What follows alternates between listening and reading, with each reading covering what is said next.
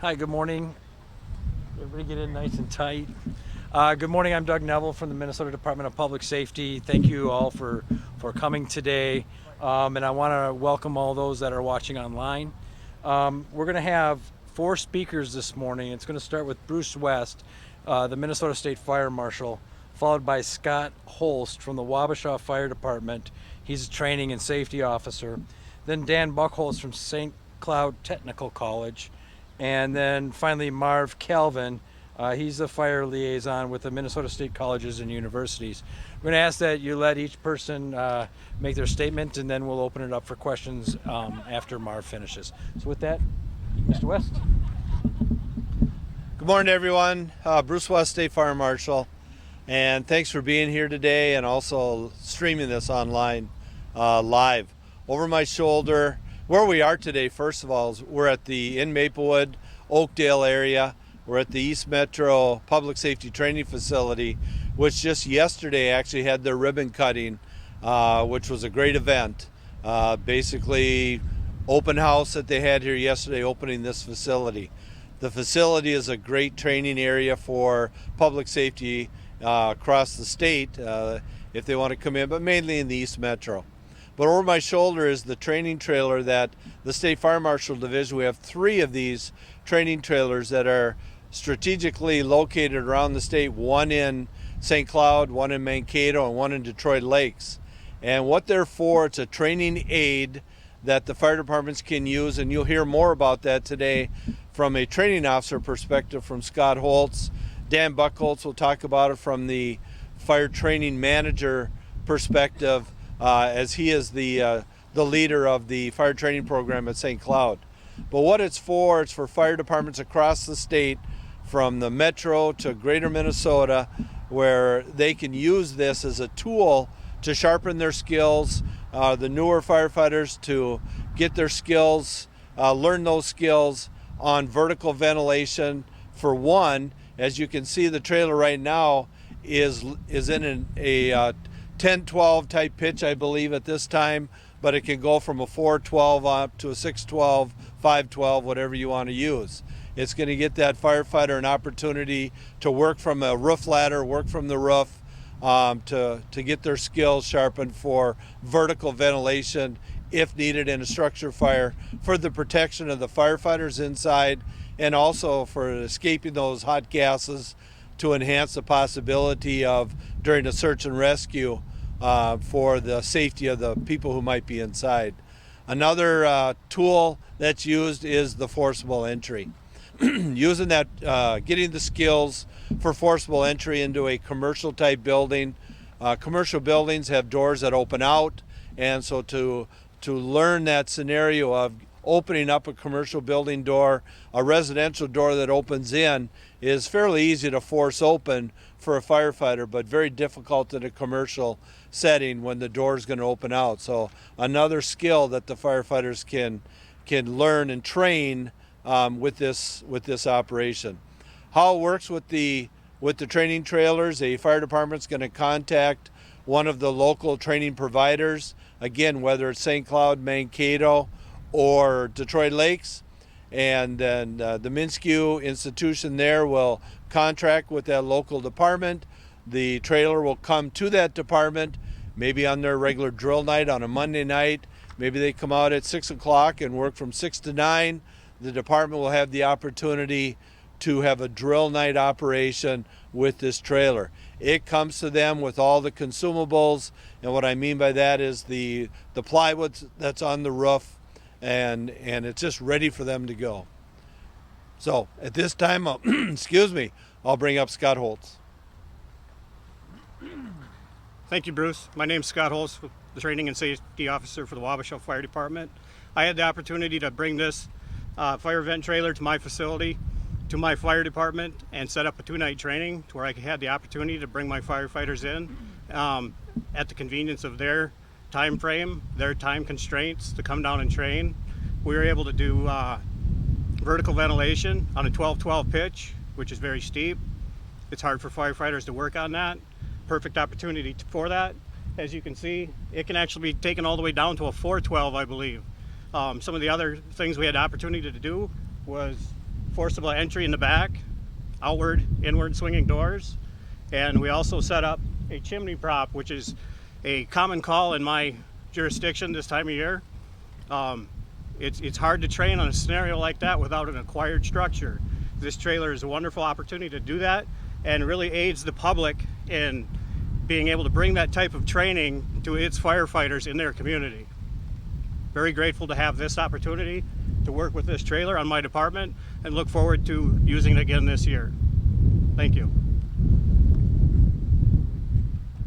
My name is Dan Buckles. I'm the Fire and EMS Training Program Director from St. Cloud Technical and Community College. So as a training provider, what this trailer has provided for us is it's given us an opportunity to meet some of the needs of the departments that we work with. Whenever I go out and talk with training officers and fire chiefs at different departments, when I ask them about training and what they want, they always want hands-on training. This training prop gives them that opportunity to get hands-on training in a lot of different skills that, as Scott alluded to, if you don't get an acquired structure to be able to do some of these drills, you're not necessarily going to get the opportunity to do them. So getting up on a roof and actually cutting a hole in a roof, using forcible entry equipment on the doors to be able to pry those open.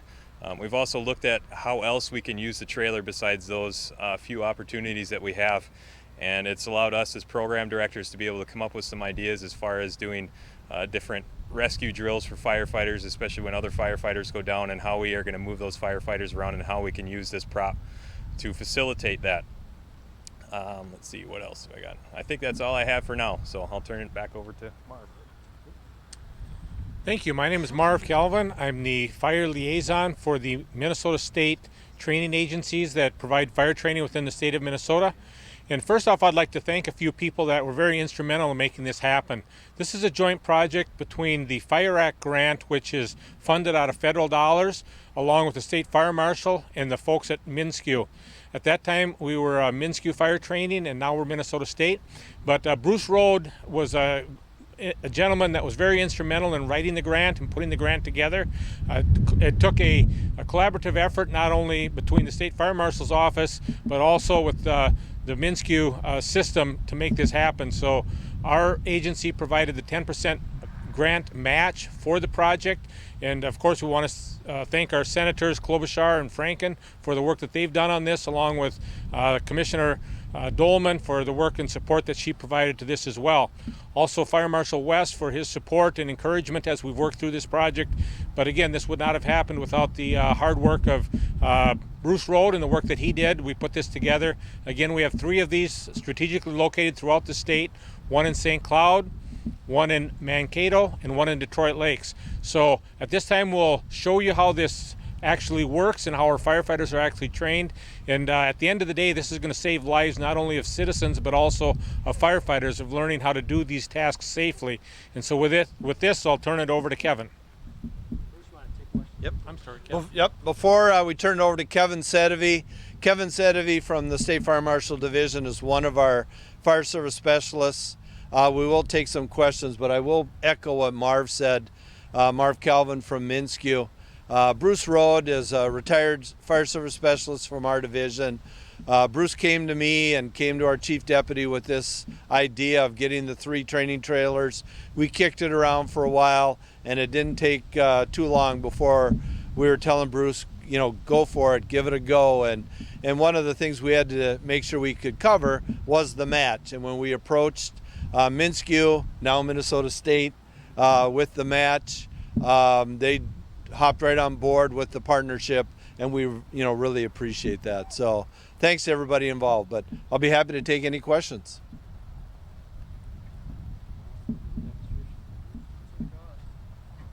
Cost, great question. There was 3 of them, $250,000 for the 3 of them, not a piece, for all 3, and then with the match involved. But all of that was through the Assistance of Firefighter Grant Program. And as a state entity, the Minnesota State Fire Marshal Division is the point of contact as the state training agency for Minnesota. And so we were the ones that received that grant as the point of contact for statewide training. All right, I'll turn it over to Kevin Sedevy from the State Fire Marshal Division, and he's going to talk you through the demonstration that you'll see on the trailers. Kevin? Thank you. I'm going to first start off with Maplewood Fire setting up their aerial device and pretending like they're fighting a chimney fire. And then from there, we're going to move over and they're going to do vertical ventilation and horizontal ventilation and get that done. And then we'll move around to the back of the trailer and we'll do some forcible entry and we'll get their cutoff saw going and we'll cut some hinges off the back of the trailer also. So I'll narrate that as we go through. We can get started.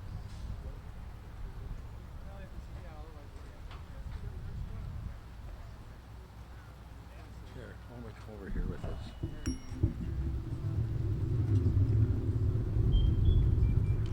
There, that way they can have a straight shot at the.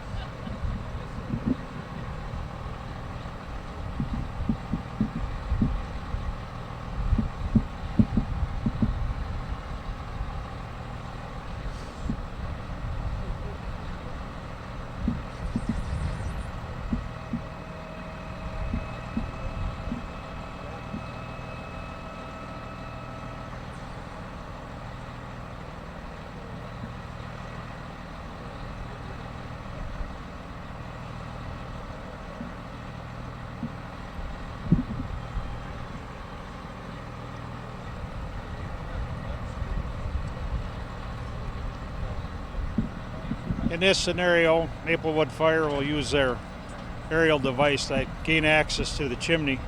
Not all times can we get to that point because of how far away the house might be from the street, or trees might be in the way, or power lines and that sort of thing. So they'll go up the ladder, take a chain, drop it down through the chimney and try to clean it out like if the chimney had a fire in it.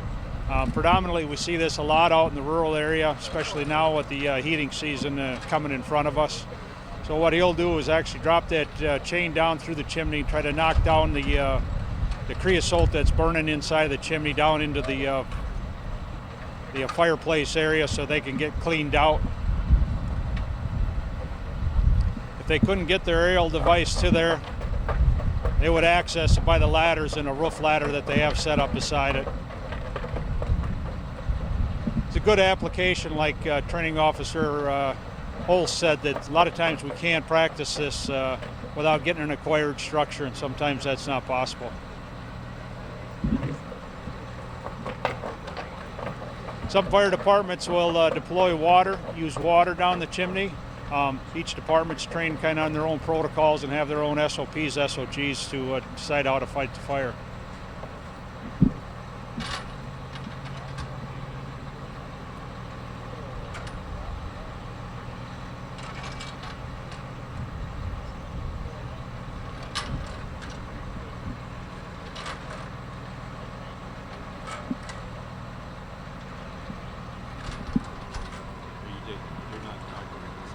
Nope. They're going to drop it to a 6 point.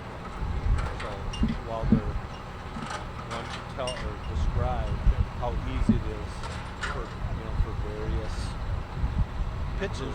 Okay. Yep. And just talk them through what they're doing.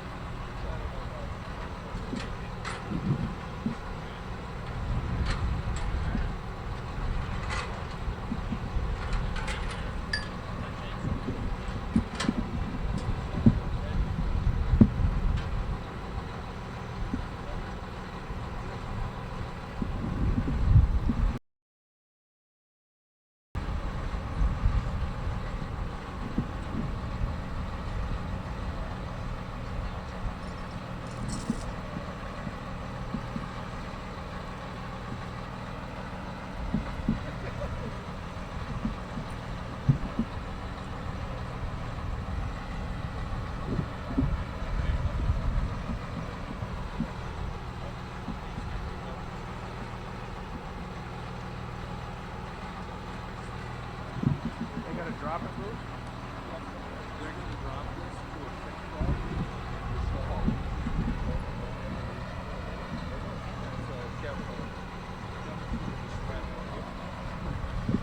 The prop now is at a 12-12 pitch. To show how easy it is to change the pitch on this, we're going to go ahead and drop it now to a 6-12 pitch before we go up and do the ventilation. Simple as pulling a couple of pins in the back of the trailer.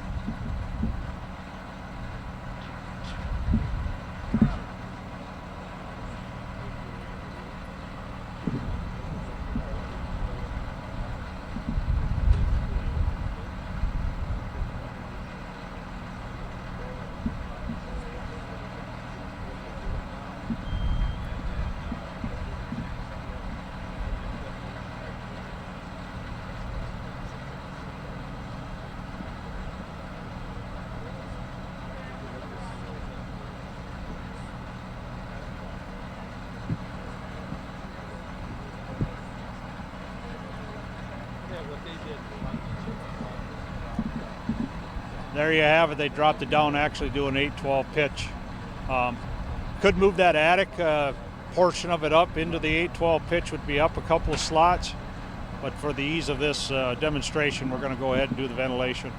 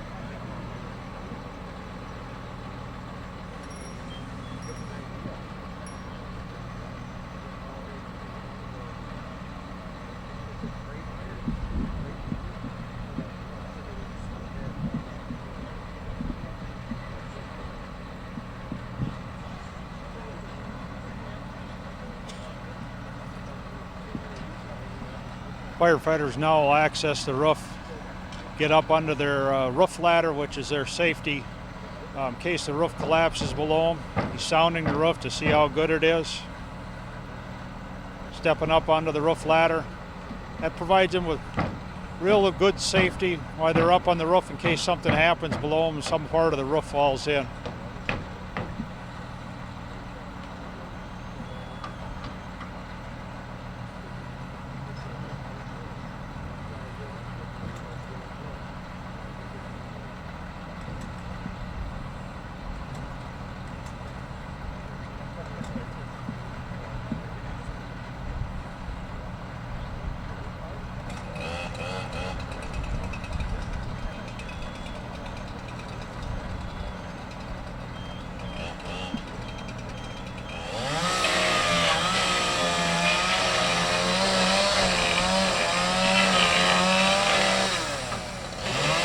Makes one cut up in the top, one down on the outside.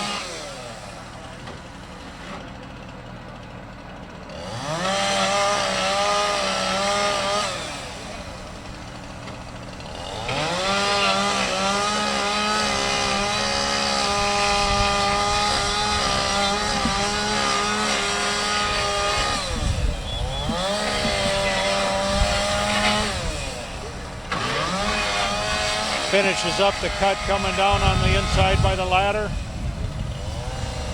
Now he'll take it.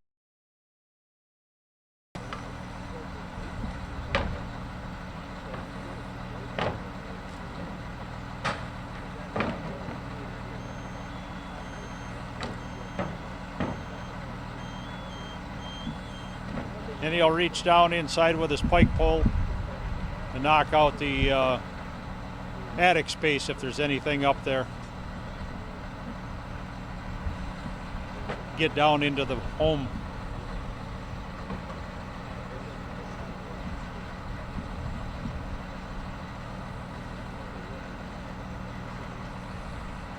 They could go ahead and do those evolutions, cut all the way across the top of that roof, really with about 4 or 5, maybe 6 pieces of plywood. They could do a half a dozen to maybe 10 evolutions.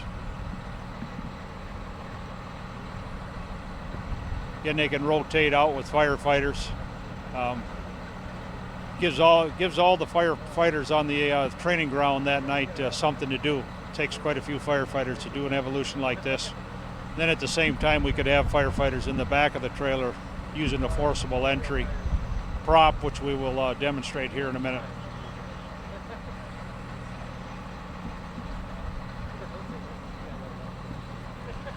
In the back, the forcible entry, again, like they were talking about earlier, we got outward swinging doors, inward swinging doors.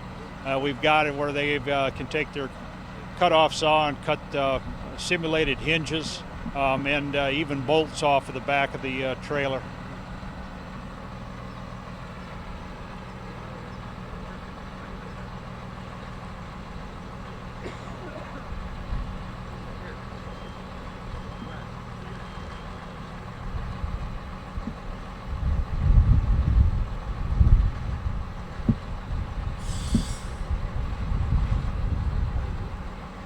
Going back to the ventilation part of it, some of the trainers we get with more seasoned firefighters will actually felt up that roof and even put asphalt shingles on it to make it a little bit tougher for them to go through there. The trailer prop has lights that'll go in the 4 corners, remove the 4 posts in the corners, and there's LED lights. The lights light up underneath the trailer, light up on those posts, so I can use this in nighttime operations. Come in fall and winter here, where the daylights goes down about 4:30. These guys get to training at 6 o'clock. It's dark out, so they can actually do this in the evening, and it's just good nighttime training for them. The prop is pretty much self-contained, has batteries inside. Doesn't, as of right now, there's no power connected to it. Everything that we're doing is running off a couple of batteries. That'll last a good 4 to 8 hour training session with the lights on.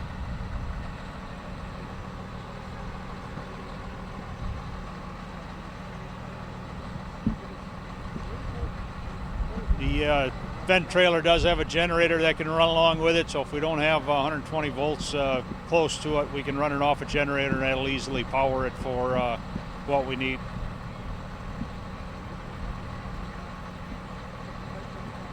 Hey, Maplewood firefighters are going to come around to the back now and start on the ventilation or the forcible entry. I think the first thing they'll probably do is have the outward swinging door and get that open, and then do the inward swinging door, and then go ahead and go over and cut the hinges off and the bolts off.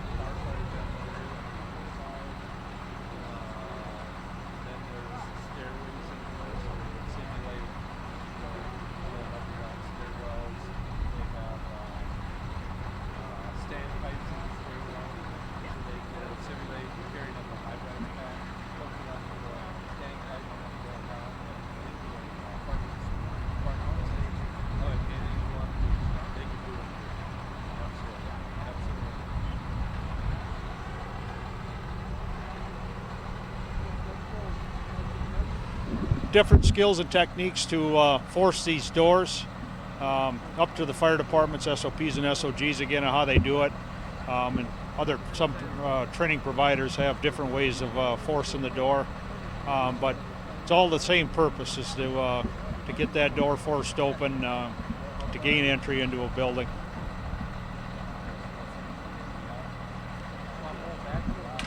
Outward doors are harder to bring open. As you see, when they get to the inward door, it'll be a little easier for them to get that door open. We can put different lengths and thicknesses of wood inside those doors to make that door harder. So maybe with a rookie firefighter, we're going to make it a little bit easier for them, and if we get to the seasoned firefighters, we can make it a little bit more difficult by putting a little thicker chunk of wood in there for them. Also, there's springs on the outside of the hinges, so to move that door out, we can put more pressure on there again, so if we get some seasoned firefighters, we can make it more difficult for them to complete the task. They force the outward swinging door. Now they're getting to the inward swinging door.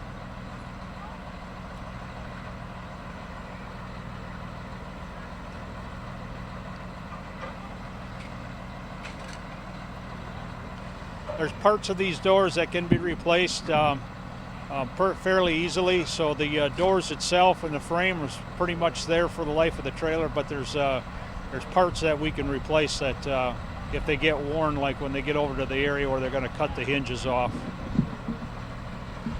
The door handle and the bolt lock itself, deadbolt lock, it can be replaceable. They put their axes on there and they just knock them right off like they would going into a building, and we just get the locksmiths, get a bunch of locks and deadbolts to replace them so they can actually knock them off.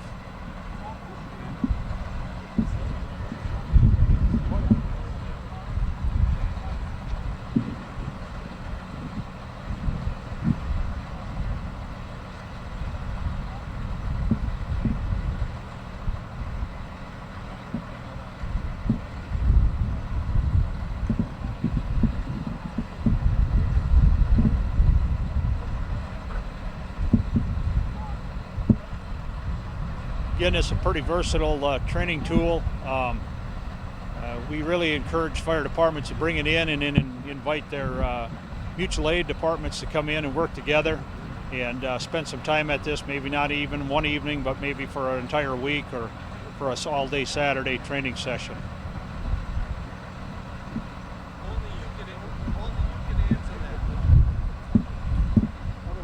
Now they're going to use the cut-off saw, cut the bolts off, cut the hinges off. Just good practice use with the saw.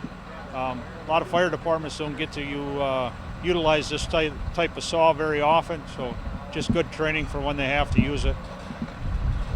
This training prop also can hang some garage doors off the back side. They could use that same saw they have there to cut through the garage doors if they want to get a little bit more in depth with that.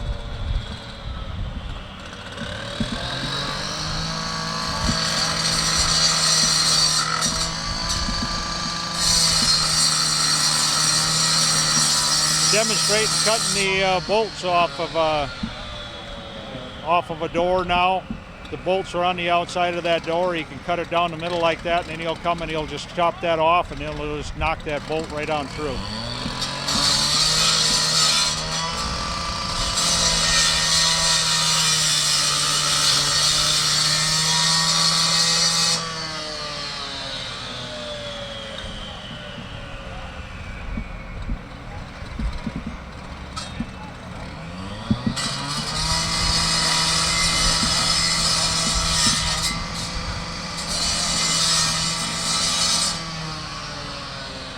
Firefighters, even seasoned firefighters, will find it difficult holding that saw up at that kind of angle with that kind of. So it's a good training session to get them to get used to using that. Now he's knocking the bolt through.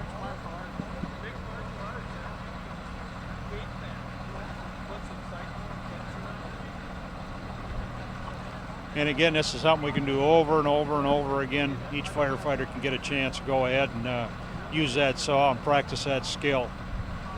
The better off they are at this, better off they're going to be gaining access into a building at 2:30, 3 o'clock in the morning.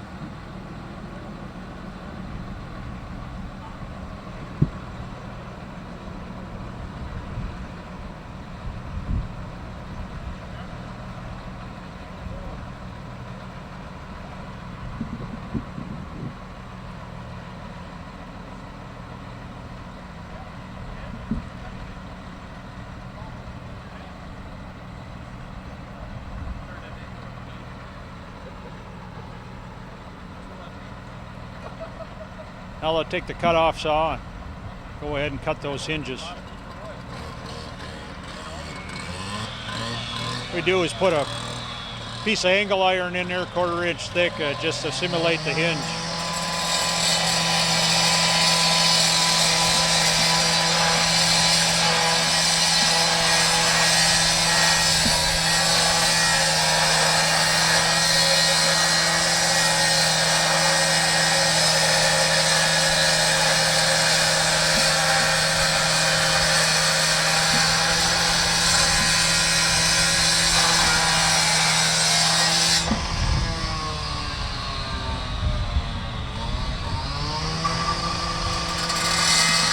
As you can probably see as he's cutting, it's a lot harder to cut that one up that's about 3 foot higher than the one he's at now, especially with that force of the saw.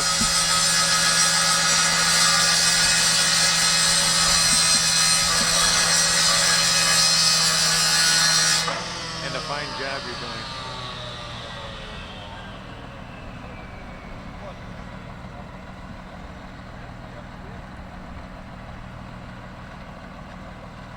Some other things that we're going to add into this, and Dan talked about it from SCTC a little bit, add a bailout wall up on top so that the platform would be flat, about 8 feet off the ground, and so the firefighters can simulate bailing out a window if they get into the situation where they need to do that, or help a citizen out a window or something like that.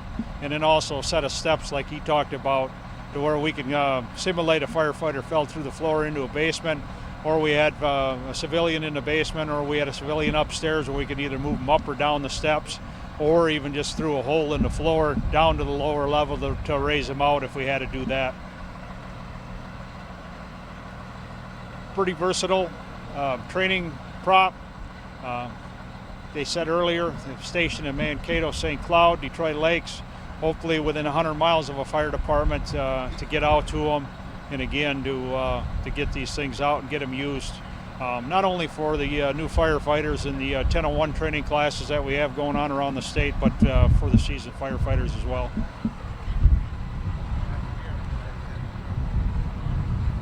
We're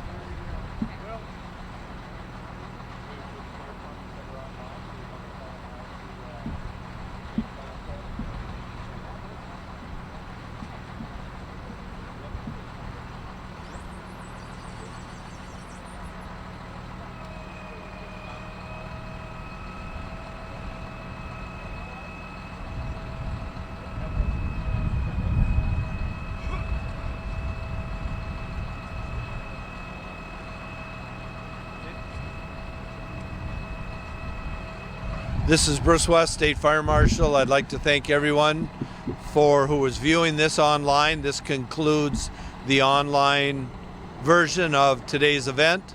Thank you very much for watching this. We really appreciate it.